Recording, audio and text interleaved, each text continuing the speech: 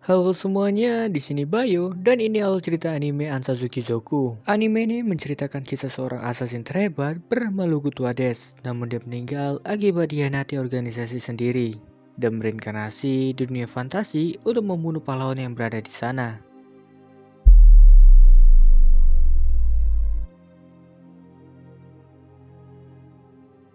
Ceritanya berawal sebelum Lugu bereinkarnasi. Lugu adalah seorang pria tua assassin terhebat dari sebuah organisasi dan di mana dia mendapatkan perintah untuk membunuh beberapa orang mafia yang berada di sana. Setelah menyelesaikan misinya, mereka terdeteksi oleh sebuah drone dan terjadi kejar-kejaran di tengah padang gurun tersebut. Namun, mereka berhasil lolos dengan membuat pengalian agar mereka bisa kabur dari daerah tersebut.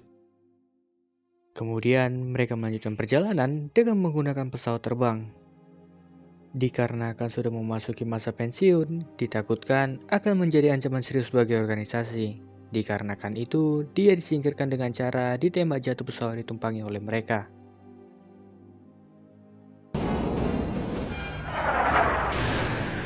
ここまで豪華な棺桶を用意されるとはな。参ってしまうよ。そう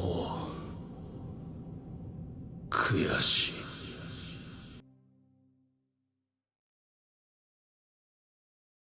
Setelah kematiannya, seorang dewi memberikan kesempatan kepadanya untuk berinkarnasi di dunia fantasi pedang dan sihir. Dengan syarat, Lugu harus membunuh pahlawan yang berada di sana 18 tahun setelah kelahirannya. Yang dikarenakan setelah mengalahkan Raja Iblis dengan kekuatan yang dimiliki pahlawan yang sangat besar akan menjadi petaka di dunia tersebut. Oleh karena itu, sang dewi meminta Lugu untuk melakukannya, mengingat Lugu adalah seorang assassin terhebat di dunianya. Yang akhirnya Lugu menerimanya dan sang dewi mereinkarnasinya di sebuah keluarga bangsawan assassin bernama Tuades. "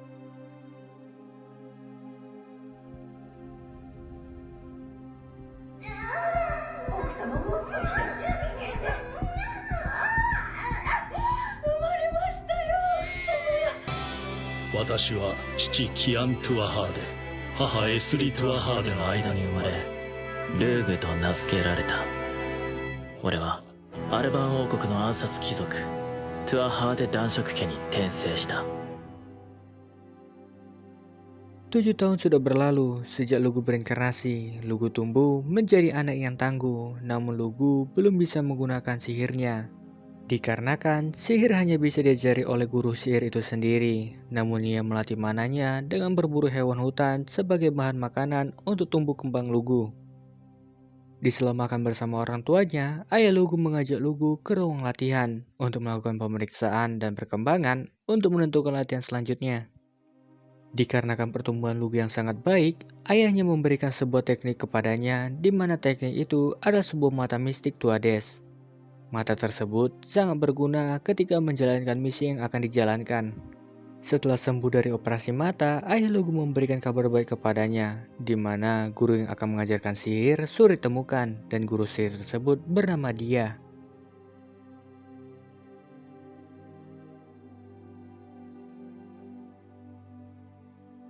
Setelah perkenalan singkat tersebut, dia meminta Lugu untuk memasukkan mananya dalam sebuah bola kristal. Namun, berkat skill yang dimiliki oleh Lugu, bola kristal tersebut kepenuhan mana yang akhirnya meledak.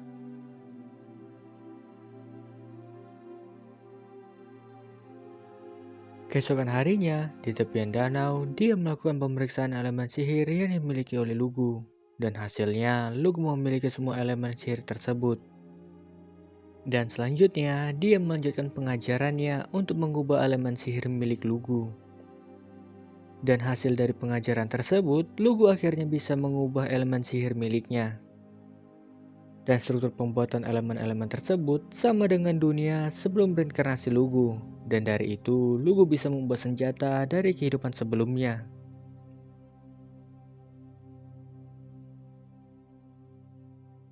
Dan keesokan harinya merupakan akhir pengajaran sihir dari Dia. Setelah kepulangan Dia, ayah Lugu mengajarkan kebenaran dari keluarganya dan mengajak Lugu ke penjara kerajaan untuk membunuh seorang tahanan mati yang ada di sana.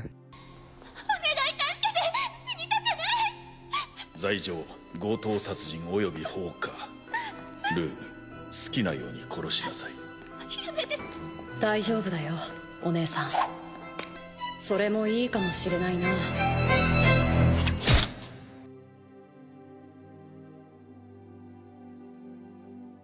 Pada suatu hari, Lugu pergi ke hutan untuk berburu di sana.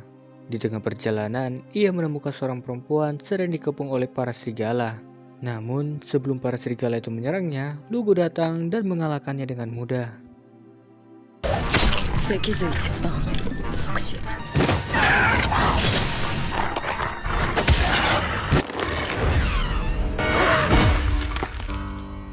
Setelah itu, Lugu membuatkan bubur hangat untuk perempuan tersebut dan mengajaknya untuk mengikutinya. Lugu berjanji ia tidak akan perlu merasakan kelaparan dan kedinginan lagi jika dia mengikutinya.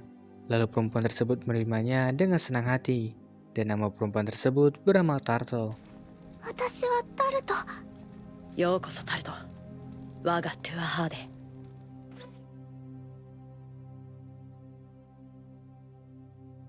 2 tahun sudah berlalu, Turtle tumbuh menjadi wanita cantik, dan sekarang ia menjadi pelayan pribadi kepunyaan Lugu. Selama 2 tahun tersebut, Turtle berlatih menjadi pelayan sekaligus menjadi assassin pembunuh Lugu. Namun ia tidak mahir dalam penggunaan senjata yang bisa disembunyikan. Di dalam dunia assassin, senjata yang bisa disembunyikan akan sangat berguna, karena itu tidak akan memancing keributan dalam menjalankan misinya. Turtle hanya mahir dalam penggunaan tombak saja, oleh karena itu Lugu membuat tombak khusus yang bisa dilipat agar bisa disembunyikan. 試してみろ。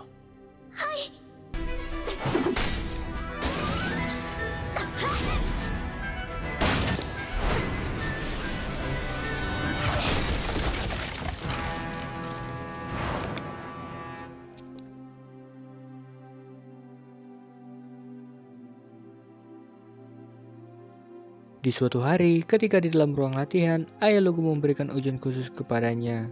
Jika dia berhasil, ia akan diakui sebagai anggota keluarga dan diberikan tugas sebagai bangsawan pembunuh. Dan ujian tersebut adalah melawan ayah Lugu sendiri. Di gelapnya hutan malam, Lugu dan ayahnya bertarung di sana.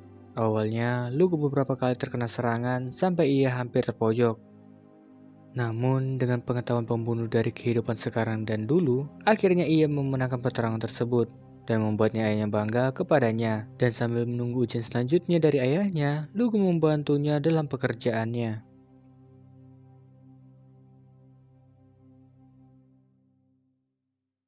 Di tengah perjalanan, akhirnya ayah Lugu memberitahukan ujian terakhirnya, yaitu menjadi pedagang bangsawan dengan kenalan lama ayahnya. Dan nama samarannya adalah Ilugu Baron. Tujuan dari latihan ini untuk belajar cara mendapatkan informasi dan bagaimana cara mendekati target yang akan disingkirkan. Di malam yang sama, keluarga Lugu mengadakan pesta keberangkatan ke ujian terakhirnya. Sekaligus menyatakan Lugu akan menjadi kepala keluarga selanjutnya menggantikan ayahnya. Namun di pesta tersebut, seorang kesatria muda tidak menerimanya dan mengatakan dirinya lebih baik dari Lugu. Namun dengan kemampuan dan kekuatan Lugu, ia mampu mengatasinya dengan mudah. Keesokan harinya, Lugu berangkat ke tempat kota perdagangan tersebut dan memulai ujiannya sebagai Ilugu Baron.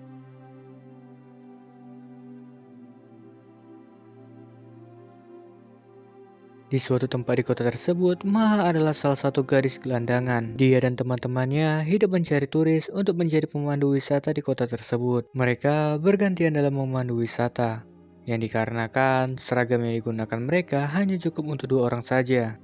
Namun dengan kesederhanaan itu, mereka bahagia bisa hidup di kota tersebut. Tetapi semuanya berubah dikala hujan yang sangat deras.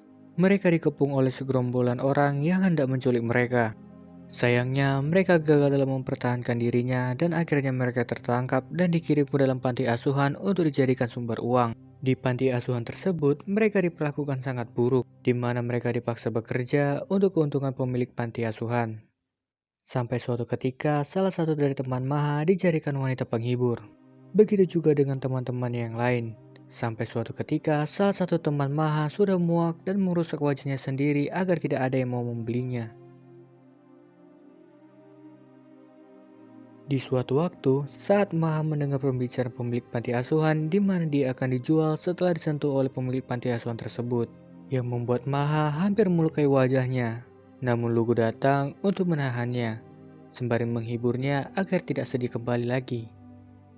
Scene berpindah di saat pemilik panti asuhan memperkenalkan Lugu dan berniat untuk menjadikannya keluarga, yang kemudian Ma memilihnya untuk dijadikan keluarganya.